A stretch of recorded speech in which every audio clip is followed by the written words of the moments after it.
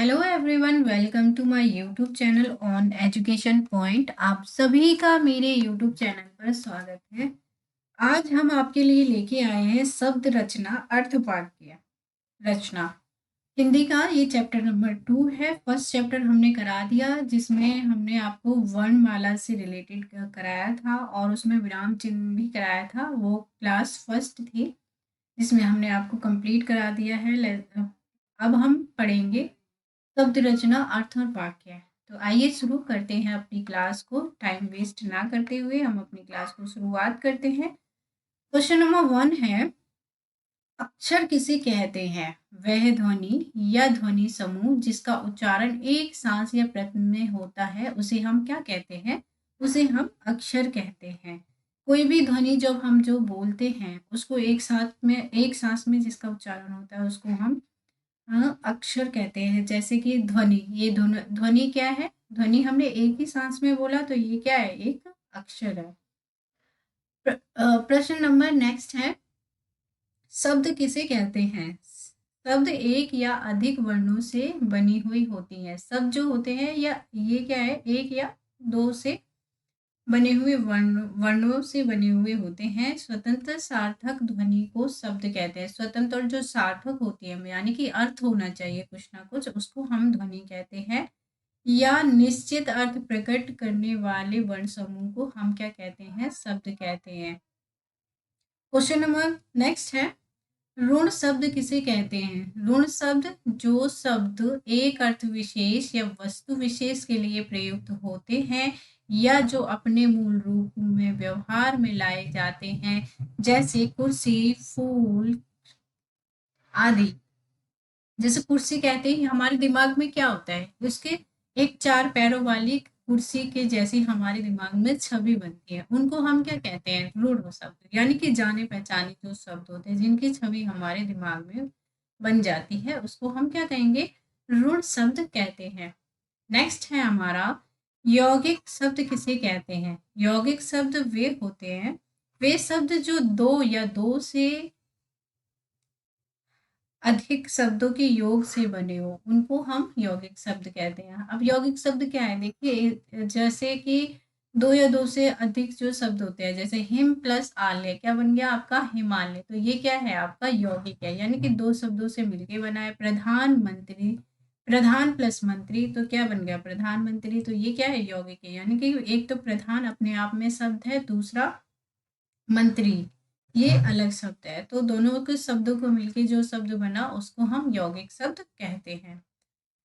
Next question है आपका, योग ऋण ऋण शब्द किसे कहते हैं? योग ऋण शब्द कौन से हैं? जो शब्द दो शब्दों के मेल से बने हो, यानी कि दो शब्दों से मेल से बने हो परंतु किसी अन्य अर्थ विशेष का बोध कराते हैं। लेकिन दो शब्दों से बने तो हैं लेकिन अर्थ कुछ और बताते हो, एक निश्चित अर्थ के लिए प्रयुक्त होते हैं और जो किसी निश्चित अर्थ के लिए प्रयुक्त होते हैं उन्हें हम योग ऋण कहते हैं। जैसे कि चार पाई अर्थात चार पाए वाले।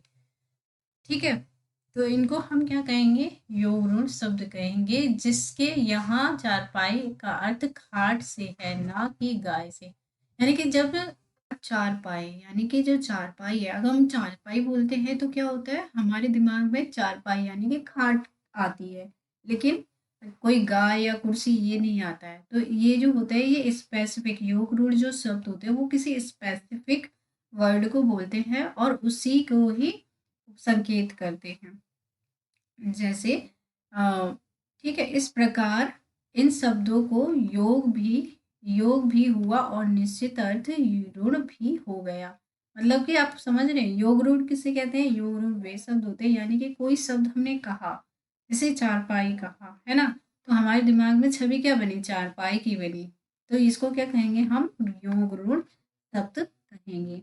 नेक्स्ट क्वेश्चन है हमारा, समास ऋण शब्द किसे कहते हैं?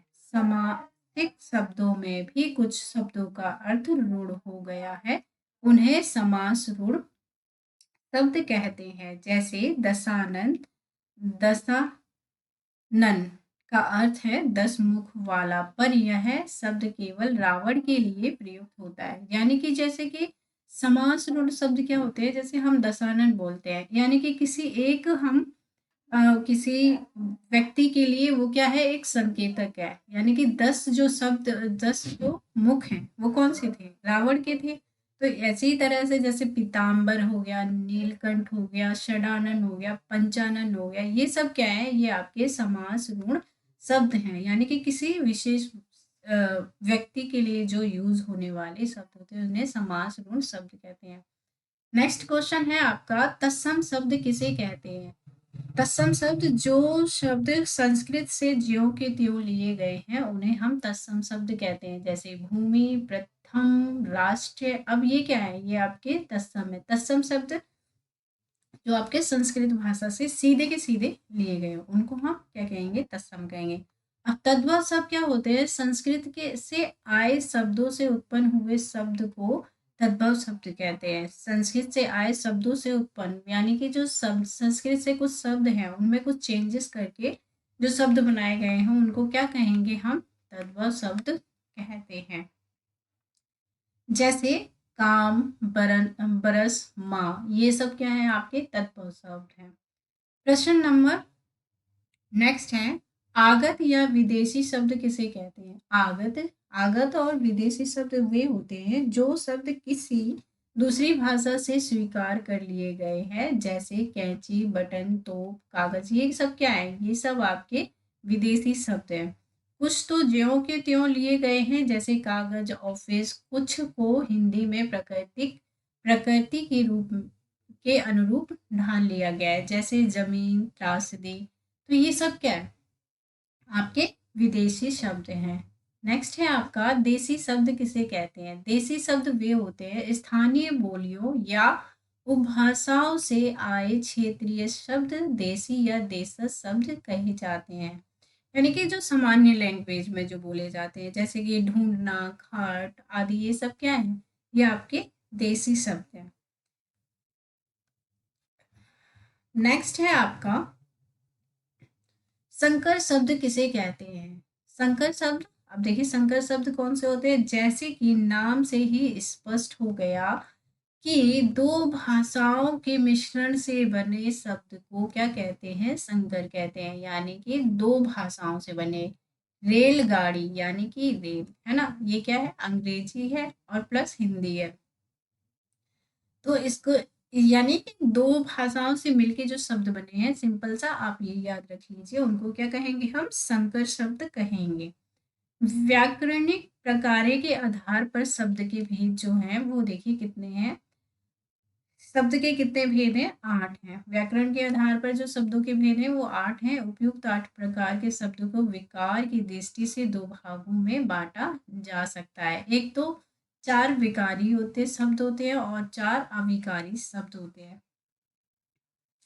अब जैसे विकारी शब्द जो होते हैं वो कौन से होते हैं, जैसे संज्ञा हो गया, सर्वनाम हो गया, विशेषण हो गया, क्रिया हो गया, ये सब क्या है, आपके विकारी शब्द हैं। लेकिन समुच्चय बोधक एंड क्रिया बोधक, संबंध बोचक बोधक और विस्मयादि बोधक, ये सब क्या है आपके, ये आपके अविकारी शब्द हैं।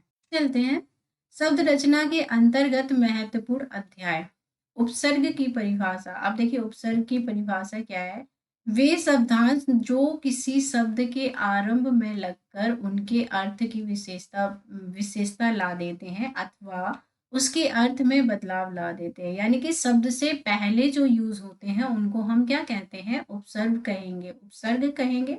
जैसे कि परा, परा से अगर हम पराक्रम बना देते हैं ना, तो ये क्या है, परा जो है आपका उपसर्ग है। पराजय, पराजय, पराभव, पराधीन, पराभूत, तो ये क्या है आपका, ये जो है आपका उपसर्ग है, यानी कि शब्द से जो पहले आया है इसको हम क्या कहेंगे, उपसर्ग कहेंगे। उपसर्ग के कार्य, अब जो उपसर्ग के कार्य हैं हम उनको देखते हैं। शब्द के अर्थ में कोई अंतर नहीं लाते, ये क्या है कि शब्द का जो अर्थ लग भी जाता है, शब्द के जो अर्थ होता है उसमें कोई अंतर नहीं पड़ता उपसर्ग लगने से। शब्द के मूल अर्थ को उल्टा कर देते हैं, और ये क्या करते हैं, शब्द का जो मूल अर्थ होता है, जैसे पराजय है ना, अब क्या है, जय जय हो रही है और लेकिन परा लगा दिया तो क्या हो गया, यानी कि उसके हार हो गई है, तो इसका अर्थ जो होता है क्या होता है, उल्टा हो जाता है।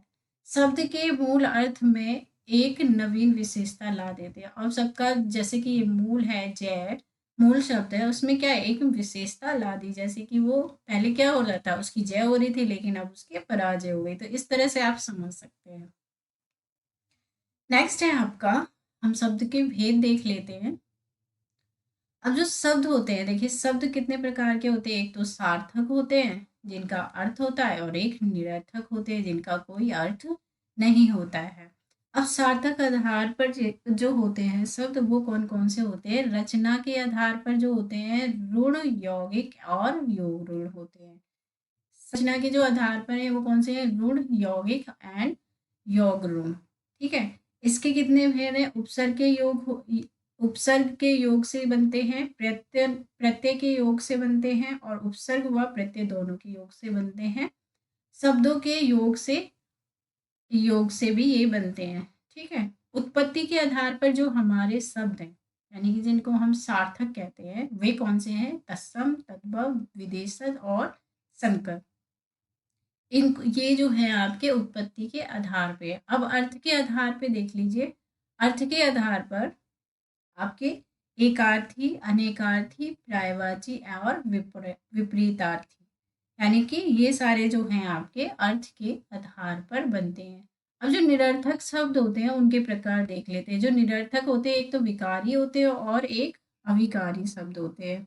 तो विकारी शब्द जो होते हैं, संज्ञा, सर्वनाम, विशेषण, क्रिया, ये सब जो हैं ये क्या है, आपके विकारी शब्द होते हैं। अविकारी जो होते हैं, क्रिया विशेषण होते हैं, संबंध बोधक होते हैं, समुच्चय बोधक होते हैं और विस्मयादि बोधक होते हैं। तो ये सारे क्या है, अविकारी शब्द है। आपको समझ में आया सार्थक और निरर्थक में क्या अंतर होता है। तो चलिए नेक्स्ट हम चलते हैं। आप मुझे कमेंट करते रहिए, साथ में बताते रहिए कि क्लास आपको कैसी लग रही है, आपको क्या समझ में आ रहा है, इससे कुछ बेनिफिट आपको मिल रहा है कि नहीं मिल रहा है। तो हम आगे बढ़ते हैं फिर। एक तो अति, अति मतलब अधिक होता है ना, उस पार होता है, बहुल्य होता है। अधि, अधि मतलब क्या होता है, किसी चीज को ज्यादा बताना, अच्छा बताना। जैसे कि समीप्य, ऊपर, श्रेष्ठ मतलब कि थोड़ा सा उठा के, मतलब कि थोड़ा के वो बढ़ा चढ़ा के किसी को अधिक ऊपर उठा के बताना, किसी भी शब्द को। तीसरा है आपका अनु, अनु मतलब पीछे, साथ और समान। अप मतलब होता है दूरी, हीनता और विरोध। फिफ्थ है आपका अभी, अभी मतलब और, समीप्य। ठीक है। आपका सिक्स्थ है अब मतलब दूरी या नीचे, किसी चीज के बीच डिस्टेंस। सेवंथ है आपका तक, कम, इधर। मतलब जैसे कि हम लगाते हैं उपसर्ग आगे, जैसे तो उसका अर्थ होता है तक, कम, इधर। एट्थ है आपका उत प्लस उद, उसका अर्थ होता है ऊपर, उन्नति। नाइन है आपका अप मतलब होता है निकट, सहायक, छोटा। ये सब क्या है, अप है। 10 है आपका दू, दूर, दुष, दुष, दुष, यानी कि बुरा, कठिन। ये जो है आपका दूर, दुष, इन सब का अर्थ होता है। आपका 11 है नी, नी मतलब नीचे या भीतर, निसंकोच, या फिर ऐसे जब हम लगाते हैं तो ये क्या है, आपका उपसर्ग है। नी, निस और निर, यानी कि इसका अर्थ होगा बिना, बाहर, निषेध। ये सब क्या है, ये निस, निर और नी का अर्थ है। 13 है आपका परा, परा मतलब होता है पीछे या उल्टा। 14 है आपका परी, परी मतलब चारों ओर, है ना, परिक्रम है, इस तरह से। 15 है आपका प्रा, प्रा मतलब होता है अधिक और आगे। 16 है आपका प्रति, प्रति मतलब और, उल्टा, विरोधी, प्रत्येक। ये सब क्या है आपका प्रति के अर्थ है। 17 का है वी, वी मतलब जैसे कि बिना, अलग, विशेषता। ये सब जो है ये इसके लगने से आपको इसका अर्थ प्रकट होता है। 18 है आपका सम, सम मतलब पूर्ण, अच्छी तरह, संयोग, यानी कि सम जिस शब्द के आगे लग जाएगा उनका अर्थ इस तरह से बन जाएगा, पूर्ण, अच्छी तरह, संयोग, इस तरह का। 19 है आपका सु, सु मतलब जैसे कि सुंदरता, है ना, तो ये क्या है, सुंदर, सहज, ये सब क्या है, ये सु के अर्थ हैं। अब और नेक्स्ट क्वेश्चन पे हम चलते हैं, हिंदी में उपसर्ग। देखिए, आ आ ना रोकना, यानी कि आ और अन लग जाता है तो वहां क्या होता है, रोकना, मना करना, है ना। अध, आधे, अध जब लगेगा आगे तो आधे और अपूर्ण के संकेत करता है। उन, ऊन अगर रहेगा तो एक कम का संकेत देता है। औ जब रहेगा तो क्या होगा, ओमिस मना करना होगा। ठीक है। दु मतलब बुरा, हीन, नी मतलब आपका अभाव, विशेष, निषेध, बिन निषेध हो जाएगा। भर मतलब ठीक, पूरा हो जाएगा। कु मतलब बुरा, हीन, सु मतलब श्रेष्ठ हो जाएगा। विशेष टिप्पणी, हिंदी में कुछ व्याकरण लेखक का और सा क्रमशः 9वें व 10वें कु एक विकार को अलग मान कुल बाहर उपसर्ग बनते हैं, बताते हैं, परंतु इन दोनों को अलग उपसर्ग नहीं माना जाना चाहिए। ये एक वो है कि इसको मानना चाहिए या नहीं मानना चाहिए। चलिए आगे चलते हैं। हमने हिंदी में जो उपसर्ग हैं आपके 10 हैं और बाकी जो उपसर्ग हम सारे मिलाकर देखें, जो संस्कृत उपसर्ग है वो टोटल आपके 19 हैं। बाकी हम उर्दू उपसर्ग देख लेते हैं। जैसे कि उर्दू उपसर्ग जो है वो आपके हैं अल, जो है अरबी भाषा से लिया है, जिसका अर्थ होता है निश्चित। एन ठीक या पूरा, कम, थोड़ा, हीन। ठीक है। और फोर्थ है आपका खुश मतलब अच्छा, शुभ, गैर मतलब भिन्न, विरुद्ध। सिक्स्थ है आपका धर्म, धर्म में मतलब में। सेवन, ना, अभाव, फिल में फी अरबी में प्रति। ठीक है। बा जो होता है अनुसार, में से और। बद जो होता है बुरा या अशुद्ध होता है इसका अर्थ। बर होता है ऊपर या पर। बा जो होता है वो किसका अर्थ प्रकट करता है, साथ, अनुसार। और बिल अरबी, जो अरबी भाषा का है, साथ से में बिला। और 14 है आपका बिला, अरबी बिना। तो ये सब इसके जो है आपके किसके उपसर्ग हैं, ये उर्दू भाषा से लिए गए उपसर्ग हैं।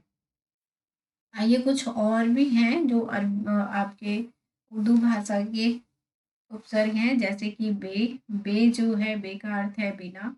ला, ला का अर्थ है बिना, निषेध, अभाव। सर, मुख्य, श्रेष्ठ। हम संस्कृत शब्द से है, साथ, समान।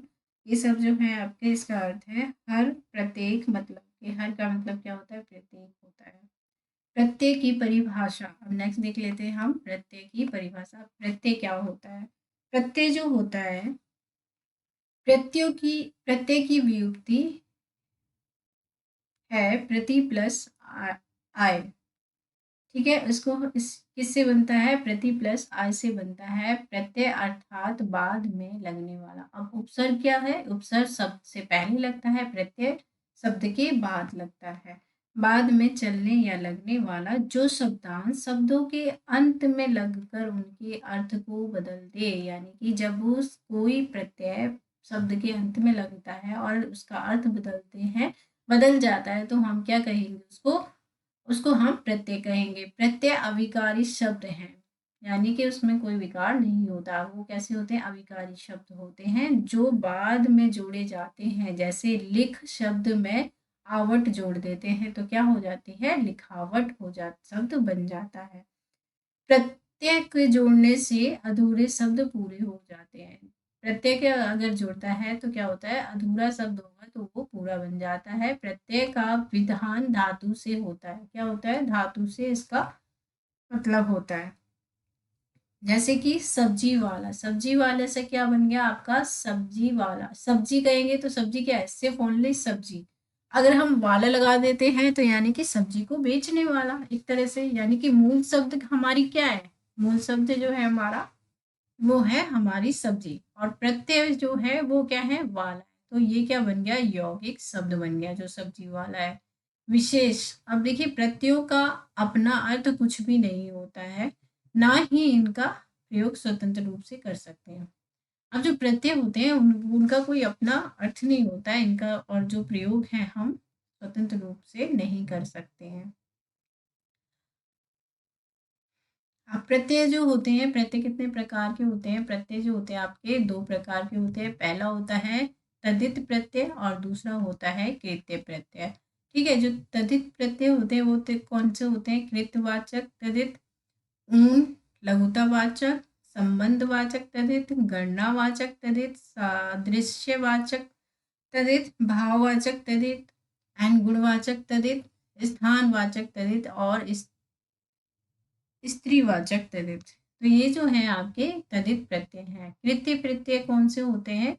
कृतवाचक कृदंत होते हैं, कर्मवाचक कृदंत होते हैं, करणवाचक कृदंत होते हैं, भाववाचक कृदंत होते हैं, क्रियावाचक कृदंत होते हैं, कृत्यवाचक कृदंत्य विशेषण। ये सारे क्या हैं आपके? ये आपके हैं कृत्य प्रत्यय। क्या है? कृत्य प्रत्यय। नेक्स्ट हम देखते हैं शब्द रचना, वाक्य रचना, अर्थ। यानी कि हम एक को देख लेते हैं एक बार। स्वर युक्त जो व्यंजन होते हैं, यानी स्वर प्लस व्यंजन जो होते हैं उनको हम क्या कहेंगे? उनको हम अक्षर कहते हैं। निश्चित अर्थ को प्रकट करने वाले समूह को क्या कहते हैं? तो निश्चित अर्थ जो प्रकट करते हैं उनको हम क्या कहेंगे? उनको हम शब्द कहते हैं। शब्द के कितने भेद होते हैं? शब्द के 8 भेद होते हैं। कितने होते हैं? 8। किताब, घर कैसा शब्द है? तो ये कैसा शब्द है? संकर शब्द है। तहसीलदार कैसा शब्द है? क्या तहसीलदार क्या है? ये आपका संकर शब्द है। खन खन, खन खन कैसा शब्द है? तो ये आपका ध्वन्यात्मक शब्द है। कैसे हैं? ध्वन्यात्मक शब्द है। नेक्स्ट हम चलते हैं, रिक्शा संबंधित है किससे? रिक्शा जो है वो किससे संबंधित है? ये जापानी भाषा से संबंधित है। बेगम, दरोगा व चाकू संबंधित है। अब ये जो है ये किस भाषा के शब्द है? ये आपके तुर्की भाषा के शब्द हैं। हिमालय कैसा शब्द है? तो हिम प्लस आले, ये क्या है? ये आपका यौगिक शब्द है। पीताम्बर, पंचानन और रावण कैसा शब्द है? ये क्या है? ऋण शब्द है। समास ऋण शब्द है। समास ऋण क्या है? जिनसे कुछ एक अलग अर्थ प्रकट होता है उनको हम समास ऋण शब्द कहेंगे।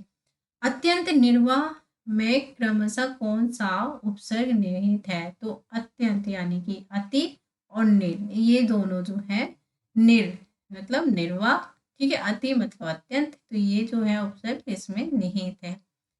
अध्यक्ष 29 में क्रमशः कौन सा उपसर्ग निहित है? तो अधि यानी कि अध्यक्ष में कौन सा उपसर्ग होगा? अधि।